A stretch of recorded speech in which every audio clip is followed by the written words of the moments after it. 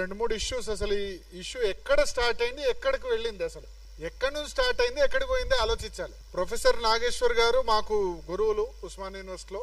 సరే, నేను రైటిస్ట్, ఆయన లెఫ్టిస్ట్ కావచ్చు. సో ఓకే, ఆయన విశ్లేషణ చేస్తూ ఉంటారు. అటువంటి విశ్లేషణలు చాలా వస్తూ ఉంటాయి.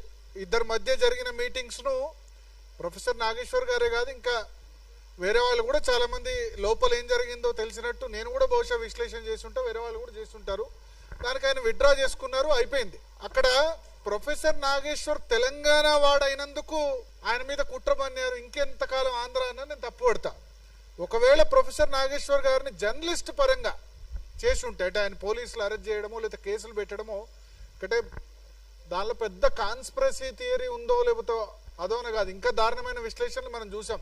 సో జర్నలిస్ట్ గా గనక ఒకవేళ ప్రొఫెసర్ నాగేశ్వర్ గనక round table press club meeting పెట్టుంటే డెఫినెట్ గా సపోర్ట్ చేసి ఉండేవాళ్ళ కదా. ఎందుకంటే ఏ జర్నలిస్ట్ కైనా రావచ్చు, చేసిన విశ్లేషణ బట్టి కేసు పెడతా అంటే ఆయన బూతులు మాట్లాడలే, బ్లాక్ మెయిల్ చేయలే. బూతులు మాట్లాడిన వాళ్ళు, బ్లాక్ మెయిల్ చేసిన వాళ్ళు ఇంకా చాలా దారుణమైన జర్నలిస్టులు ఉన్నారు కదా. సో జర్నలిస్ట్ గా గనక ప్రొఫెసర్ నాగేశ్వర్ రౌండ్ టేబుల్ పెట్టుంటే మేమందరం కూడా సపోర్ట్ చేసి ఉండేవాళ్ళం. తర్వాత సరే, పవన్ కళ్యాణే స్వయంగా క్లారిఫై చేశారు, కేసులు పెట్టట్లేదు, ఎస్ మేము హట్ అయినాం దానివల్ల అని చెప్పారు. ఆయన కూడా విత్డ్రా చేసుకున్నారు. కానీ దానికి తెలంగాణకు సంబంధం ఏంది? ఇప్పుడు నేను తెలంగాణలో ఉండి ట్రంప్ గురించి కూడా చేస్తున్నా విశ్లేషణ. నన్ను అమెరికా వాళ్ళు లేకపోతే నా వీసా రిజెక్ట్ చేస్తే తెలంగాణ వాడినందుకు వీసా రిజెక్ట్, ఎందుకంటే ట్రంప్ పెట్టాడు కదా సోషల్ మీడియాలో కామెంట్స్, అమెరికన్ గవర్నమెంట్స్ పెడితే వీసా రిజెక్షన్ ఇవన్నీ జాగ్రత్త, స్టూడెంట్స్ కూడా జాగ్రత్తగా ఉండాలని చెప్పాడు కదా.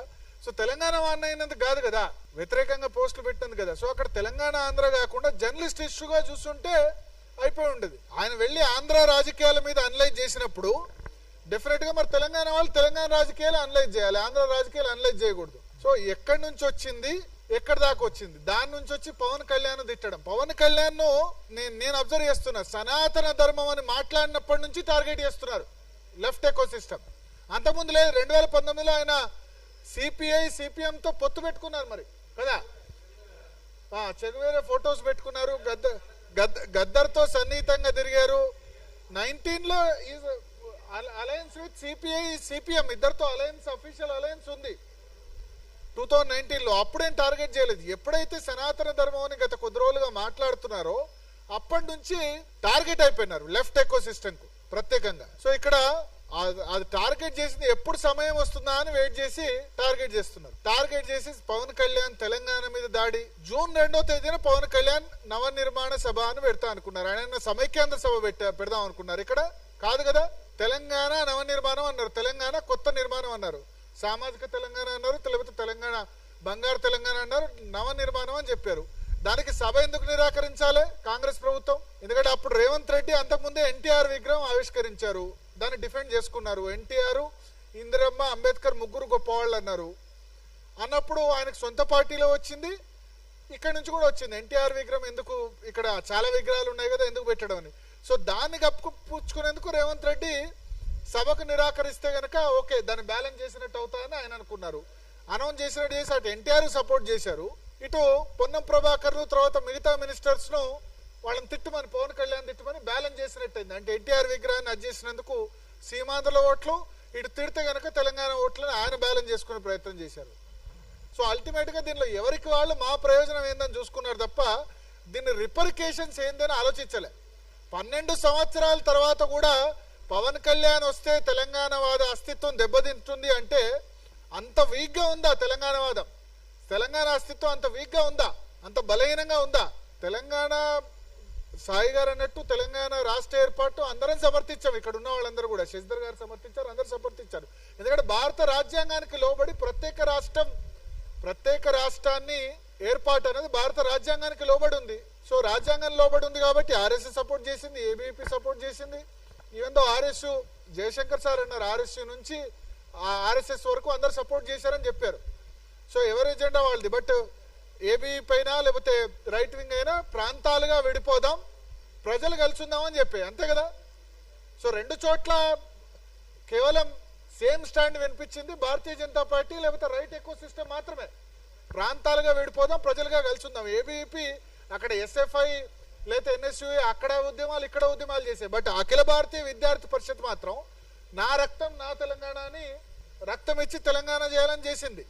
సో అక్కడ ఆంధ్ర ప్రాంత ఏబీపీని కూడా కన్విన్స్ చేసింది. అది కదా రైట్ కన్విన్షన్. ప్రాంతాలుగా విడిపోదాం, ప్రజలుగా కన్విన్స్ చేద్దాం. ఇక్కడ 11 సంవత్సరాలుగా ఎటువంటి అన్టువర్డ్స్ ఇన్సిడెంట్ జరగలేదు. ఒక మొదటి 1.5 year కొంత టెన్షన్ ఉండే, బట్ ఆ ఓటుకు నేటు కేసు దాని తర్వాత అయిపోయింది.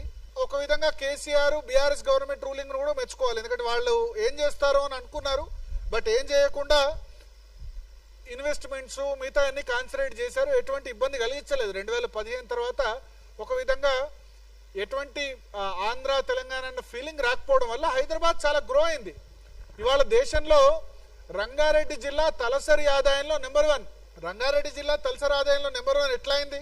అందరు కృషితో అయింది. తెలంగాణ నుంచి వచ్చిన వాళ్ళు, ఆంధ్ర నుంచి వచ్చిన వాళ్ళు, నార్త్ ఇండియా నుంచి వచ్చిన వాళ్ళు, ఎస్పెషల్లీ నార్త్ ఇండియన్స్ అందరూ కూడా ఇక్కడే దీన్ని చాలా మంది లైక్ చేశారు. జేఎం లెండో లాంటి వాళ్ళు, వేరే ఈశాన్య రాష్ట్రాల నుంచి వచ్చిన వాళ్ళు కూడా ఇక్కడ వచ్చి సెటిల్ అయిపోయినారు. హైదరాబాద్ తమదే అనుకుంటున్నారు వాళ్ళు. సో ఇటువంటి పరిస్థితిలో ఇప్పుడు పవన్ కళ్యాణ్ ద్వారా లాస్ట్ 2-3 days ఏదైతే జరుగుతుందో ఆంధ్ర రాయలసీమ ప్రాంతాల నుంచి వాళ్ళకి కానీ మిగతా వాటికి కానీ మంచిది కాదు రాష్ట్రానికి. ఇక్కడ ఆలోచించాలి. సో ఇప్పుడు తెలంగాణ గో బ్యాక్ కాదు, తెలంగాణ అందరిని వెల్కమ్ చేయాలి, అందరు కమ్ బ్యాక్ చేయాలి. మనం ఆలోచించండి, ఈసారి వరి ప్రొక్యూర్మెంట్ కాలేదు. ఎందుకు కాలేదంటే బెంగాల్లో ఎలక్షన్ జరుగుతుంది, అందరు వెళ్ళిపోయారు. మనకు నాట్లు వేసేందుకు లేకపోతే హమాలీలు చేసేందుకు బెంగాల్ నుంచి, బీహార్ నుంచి, జార్ఖండ్ నుంచి వస్తున్నారు.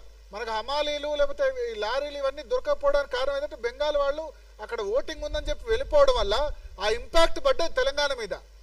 మన కార్పెంటర్, ప్లంబింగ్ వరకు బీహార్, యూపీ నుంచి వచ్చిన వాళ్ళు చేస్తున్నారు.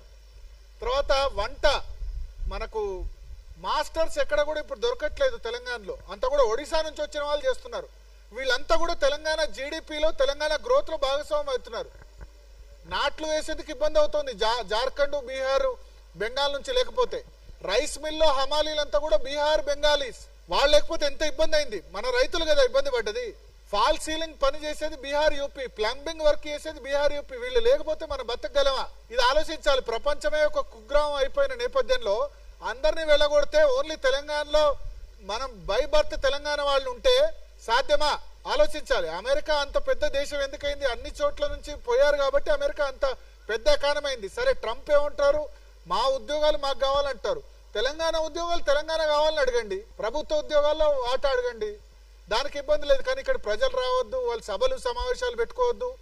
ఇది ఎంత మేరకు కరెక్ట్ ఆలోచించాలి. సో తెలంగాణకు ఇక కావాల్సింది ఏంటంటే అందరి కంట్రిబ్యూషన్ కావాలి, అన్ని రాష్ట్రాల వాళ్ళు ఇక్కడ రావాలి. మార్వాడి గో బ్యాక్ అన్నప్పుడు నేను చెప్పా, మార్వాడి గో బ్యాక్ కాదు, మార్వాడి వెల్కమ్. ఇంకెంతమంది వస్తారు రండి. మార్వాడీలను చూసి మనం కూడా నేర్చుకోవాలి కదా, వాళ్ళ కష్టపడే గుణాన్ని మనం కూడా నేర్చుకోవాలి కదా. సో అప్పుడు మార్వాడి గో బ్యాక్ అప్పుడు నాకు గుర్తుంది, దేవిక్ గారు పాదయాత్ర కూడా చేశారు సర్దార్ పటేల్ విగ్రహం నుంచి. అప్పుడు కూడా మనం అందరం సపోర్ట్ చేశాం. సో ఇటువంటి మార్వాడి గో బ్యాక్ వచ్చినా, మిగతా వచ్చినా, పవన్ కళ్యాణ్ మొన్న ఏదైతే మాట్లాడారో నేషనలిజం, జాతీయవాదం హైదరాబాద్ లో వినిపించడం చాలా నాకు సంతోషమైంది. అయితే 1-2 వర్డ్స్ ఏంటంటే, మీ అయ్యే జాగీరా అట్లా అనేది లేకుండే, ప్లస్ పాకిస్తానా కంపేర్ చేయాల్సిన అవసరం లేదు. పాకిస్తానా అని మనం అనొద్దు, పాకిస్తానా పాలస్తీనా అని అనొద్దు, ఆ మాటలు అనేది లేకుండే. బట్ ఆవేశంలో అన్నారు. మొత్తం 100% ఆయన కరెక్ట్ మాట్లాడతారని మనం ఎక్స్పెక్ట్ చేయలేం. బట్ ఒకటి మాత్రం, పవన్ కళ్యాణ్ జాతీయవాదం గురించి మాట్లాడుతుంటే భారతీయ జనతా పార్టీ నేతలు ఎక్కడ పడుకున్నారో నాకు అర్థమైతలేదు. బీజేపీ నేతలు ఎక్కడ పండుకున్నారు? మీరు కదా జాతీయవాదం గురించి మాట్లాడాల్సింది. జాతీయవాద పార్టీ మీది కదా. ఏమైపోయినారు బీజేపీ ఎంపీలు, ఎమ్మెల్సీలు? మీ ఓట్ల గురించి ఆలోచిస్తున్నారా? ఎక్కడ పోయినారు? ఎక్కడ పడుకున్నారు? అందరూ నిద్రపోతున్నారా? మీ అమిత్ షా గురించి కదా ఇదంతా వచ్చింది, మీ పార్టీ నేత గురించి వచ్చింది కదా. కేంద్ర హోంమంత్రి అమిత్ షా గురించి కదా ఇష్యూ అయింది. కేంద్ర హోంమంత్రి అమిత్ షా పవన్ కళ్యాణ్ మీటింగ్ గురించి అయితే ఒక్క ఆంధ్ర బీజేపీ లీడర్ మాట్లాడలా, ఒక్క తెలంగాణ బీజేపీ నేత మాట్లాడలా. అంటే వీళ్ళు ఏంటంటే పవన్ కళ్యాణ్ తో మాకేం సంబంధం? అరే మీ అలయన్స్ పార్ట్నర్ అబ్బా ఎన్డీఏ. ఆయన మాట్లాడుతుంది సనాతన ధర్మం, ఆయన మాట్లాడుతుంది జాతీయవాదం. ఆయన వేరే మాట్లాడితే ఓకే, ఆయన జాతీయవాదం మాట్లాడినప్పుడు డిఫెండ్ చేయాల్సింది బీజేపీ లీడర్స్ కదా. సో నేను ఇక్కడ టీఆర్ఎస్, కాంగ్రెస్ లీడర్స్ కంటే ఎక్కువ తప్పు పట్టేది భారతీయ జనతా పార్టీ నేతల్ని. అందరూ ఒకళ్ళ మీద వాళ్ళు పోస్టర్లు వేసుకోవడం, లేకపోతే ఒకళ్ళనొకళ్ళు తిట్టుకోవడం, ఒకళ్ళనొకళ్ళు ఏమంటారు డిఫెండ్ చేసుకోవడం తప్ప ఒకళ్ళు బాధపడితే మంచిగా అయింది అనుకోవడం, వీడికి మంచిగా అయింది అనుకోవడం ఎక్కడుంది? గ్రూపిజం తక్క ఎక్కడుంది? జాతీయవాదం సపోర్ట్ చేయాలి కదా పవన్ కళ్యాణ్కి. ఆయన అన్నారు కూడా, నోరు విప్పి అన్నారు, నా ఆంధ్ర బీజేపీ నేతలు ఒక్కళ్ళు మాట్లాడకపోవడం ఆశ్చర్యం కలిగించిందని చెప్పి తర్వాత ప్రెస్ మీట్లో క్వశ్చన్ అప్పుడు కూడా మరి తెలంగాణ బీజేపీ నేతలు ఎందరూ మాట్లాడేది ఖండించేందుకు 2 రోజులు పట్టింది. ఒక రఘునందన్ రావు ఆ రోజు మాట్లాడినట్టున్నారు, రామచంద్రరావు గారు నిన్న ఖండించారు. సో ఎక్కడ పడుకున్నారు బీజేపీ నేతలు? ఎందుకంటే మనమే క్వశ్చన్ చేయాలి, జాతీయవాదులు మనమే క్వశ్చన్ చేయాలి. బీజేపీ నేతలు తప్పు చేసినా మనం క్వశ్చన్ చేయాలి. ఇక్కడ నాకు టీఆర్ఎస్ రోల్ ఓకే, వాళ్ళకటు సీమాంధ్ర ఓట్లు కావాలి, ఎందుకంటే 43% వచ్చింది, తెలంగాణ వాద ఓట్లు కావాలి, రేవంత్ రెడ్డికి అది కావాలి. మరి భారతీయ జనతా పార్టీ నేతలు ఇంత పెద్ద ఇష్యూ అయితే జాతీయవాదం గురించి ప్రాపగేట్ చేయాల్సింది వాళ్ళు కదా. సభలు సమావేశాలు పెట్టుకునే హక్కు ఉందని చెప్పాల్సింది భారతీయ జనతా పార్టీ నేతలు కదా. సో ఇక్కడ కరెక్ట్గా రియాక్ట్ కాలేదనిపించింది. నెక్స్ట్ టైం అయినా ఆ పార్టీ నేతలు అయితే ఆలోచించాలి డెఫినెట్గా. ఎందుకంటే జాతీయవాదాన్ని ప్రాపగేట్ చేయాల్సింది ప్రతి చోట ఎవరు సభలు సమావేశాలు పెట్టుకునే హక్కు ఉందని చెప్పాల్సింది భారతీయ జనతా పార్టీ నేతలు. వాళ్ళకి సరిగ్గా వ్యూహాత్మక మౌనమో మరి ఏందో, వాళ్ళకి ఏం ఓట్లు పోతాయో లేకపోతే అలయన్సో మరి ఇంకా ఎవరి కన్వీనియన్సో ఏందో తెలియదు. ఎవరంటే ఏమవుతారో లేదా కమ్యూనిస్టులతో భయపడితే ఎట్లా, కమ్యూనిస్టులు ఏమన్నా అనుకుంటారని భయపడితే ఎట్లా? పవన్ కళ్యాణ్ మీరు కలిసే పోటీ చేశారు అసెంబ్లీ ఎన్నికలు, మున్సిపల్ ఎలక్షన్స్ కలిసి పోటీ చేయలేదు కావచ్చు. మున్సిపల్ ఎన్నికల్లో ఆయన ప్రచారాన్ని కూడా పిలిచారు, చివరి రోజు వద్దన్నారు. ఆయన సనాతన ధర్మం గురించి మాట్లాడుతున్నాడు, ప్లస్ భారతీయత గురించి మాట్లాడుతున్నాడు, ప్లస్ నేషనలిజం గురించి మాట్లాడుతున్నాడు. ఇవన్నీ కూడా దీన్ని డిఫెండ్ చేయాల్సింది భారతీయ జనతా పార్టీ నేతలు. నాకు మిగతా పార్టీలు వాళ్ళు తెలుసు, వాళ్ళ బిహేవియర్ ఏందో తెలుసు. But I'm disappointed with Bharatiya Janata party leaders. So ఎప్పుడు మనం జాతీయవాదులైనంత మాత్రాన ప్రతి దానిలో భారతీయ జనతా పార్టీ నేతల్ని డిఫెండ్ చేయాల్సిన అవసరం లేదు. వాళ్ళు తప్పు చేస్తే చెప్పాల్సింది మనమే, మనం చెప్పాలి, చెప్తేనే కరెక్ట్ చేసుకుంటారు. మనం క్వశ్చన్ చేయకపోతే నెక్స్ట్ టైం కూడా ఇదే విధంగా చేస్తారు. మార్వాడి గోబ్యాక్ అప్పుడు కూడా మాట్లాడలేదు, ఎందుకంటే మాట్లాడితే మాకు లోకల్ వ్యాపారుల నుంచి పోతాయటారా. లోకల్ వ్యాపారులు కన్విన్స్ చేయాల్సింది మీరు. ఇవాళ గ్లోబలైజేషన్ అవుతున్న నేపథ్యంలో, ఎక్కడెక్కడి నుంచో వస్తున్న నేపథ్యంలో, ప్రపంచమే ఒక కుగ్రామం అయిపోయిన నేపథ్యంలో ప్రజలకు వివరించి చెప్పాల్సిన బాధ్యత నేతలది కదా. సో ఇది ఆలోచించాలి. అండ్ నెక్స్ట్ టైం ఎట్టి పరిస్థితుల్లో తెలంగాణ 12 సంవత్సరాలు అయిన తర్వాత తెలంగాణ, నేను కూడా ఉస్మాన్ యూనివర్సిటీలో చదువుకున్న, కరీంనగర్ బిడ్డని, ఉమ్మడి కరీంనగర్ బిడ్డని, జగిత్యాలలో ఉన్నవాడిని, తెలంగాణ రాష్ట్ర ఆకాంక్ష గురించి ఫైట్ చేసిన వాడిని. తెలంగాణ ఉద్యమ సమయంలో అందరూ టీవీలో కూడా చూసే ఉంటారు. సో ఎవరో వస్తే ఇక్కడ తెలంగాణ అస్తిత్వం దెబ్బతినంత వీక్గా అయితే తెలంగాణ అస్తిత్వం లేదు. డెఫినెట్గా తెలంగాణ అస్తిత్వం దెబ్బతింటే మేమే ముందుండి ఫైట్ చేస్తాం. తెలంగాణ భూమిపుత్రులకే కేటీఆర్ ఒక మాట అన్నారు, భూమిపుత్రులకు అధికారం రావాలి, భూమిపుత్రులకు ఉద్యోగాలు దక్కాలి. ఆ విషయంలో, ఎందుకంటే నీళ్లు నిధులు నియామకాల విషయంలో వచ్చింది. సో వాటర్లో అన్యాయం జరిగింది, ఆ మాట వాస్తవమే. కృష్ణా గోదావరి నీళ్ళలో అన్యాయం జరిగింది వాస్తవం. దా విషయంలో ఉంటే రౌండ్ టేబుల్ ముందుండి పోరాడదాం. బట్ ఇక్కడ సభలు సమావేశాలు పెట్టొద్దు, ఆంధ్ర రాయలసీమ వాళ్ళు రావద్దు, మార్వాడి గోబ్యాక్ అంటే మాత్రం డెఫినెట్గా జాతీయవాదులందరూ కూడా ఎవరు కూడా ఊరుకునే ప్రసక్తి లేదు. Thank you.